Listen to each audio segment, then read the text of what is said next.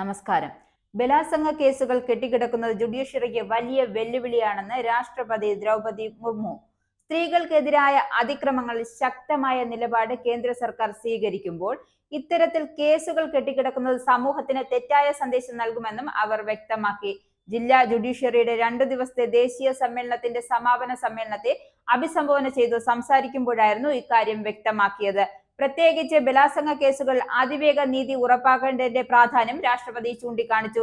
ഇത്തരം കേസുകളിലെ പ്രതികളെ അതിവേഗം ശിക്ഷിക്കാതെ ഇരുന്നാൽ അത് സമൂഹത്തിന് തെറ്റായ സന്ദേശമാകും നൽകുക. അതുവഴി ഇത്തരം കുറ്റകൃത്യങ്ങൾ വർദ്ധിക്കുന്നതിനുള്ള സാഹചര്യം ഉണ്ടാകും. സാധാരണ ബലാത്സംഗം പോലുള്ള കേസുകളിൽ കോടതി വിധികൾ ഒരു തലമുറ കഴിഞ്ഞതിനു ശേഷം മാത്രം വരുമ്പോൾ അത് നീതിന്യായ പ്രക്രിയയിൽ സംവേദനക്ഷമത കുറവാണെന്ന് സാധാരണ ജനങ്ങൾക്ക് തോന്നുമെന്നും രാഷ്ട്രപതി പറഞ്ഞു.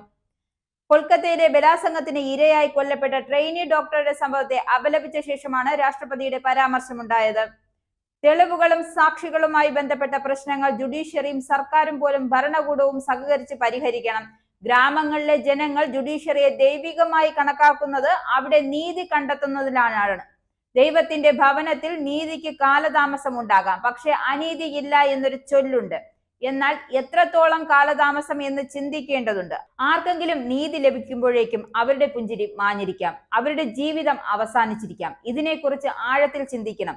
തെളിവുകളും സാക്ഷികളുമായി ബന്ധപ്പെട്ട പ്രശ്നങ്ങൾ ജുഡീഷ്യറിയും സർക്കാരും പോലീസും സഹകരിച്ച് പരിഹരിക്കണമെന്നും രാഷ്ട്രപതി പറഞ്ഞു. ചില സന്ദർഭങ്ങളിൽ കുറ്റകൃത്യം ചെയ്തവർ സ്വതന്ത്രരായി വിഹരിക്കുന്നതും ഇരകൾ ഭയത്തോടെ ജീവിക്കുന്നതും കാണാം. സമൂഹം പിന്തുണയ്ക്കാത്തതിനാൽ ഇരകളായ സ്ത്രീകളുടെ സ്ഥിതി കൂടുതൽ മോശമാണ്. നമ്മുടെ സാമൂഹ്യ ജീവിതത്തിന്റെ സങ്കടകരമായ ഒരു വശമാണിത്. വേഗത്തിലുള്ള നീതി ഉറപ്പാക്കാനാണ് കോടതികളിലെയും കേസുകളിലെയും മാറ്റിവെക്കൽ സംസ്കാരം ഒഴിവാക്കാൻ സാധ്യമായ എല്ലാ നടപടികളും സ്വീകരിക്കണം.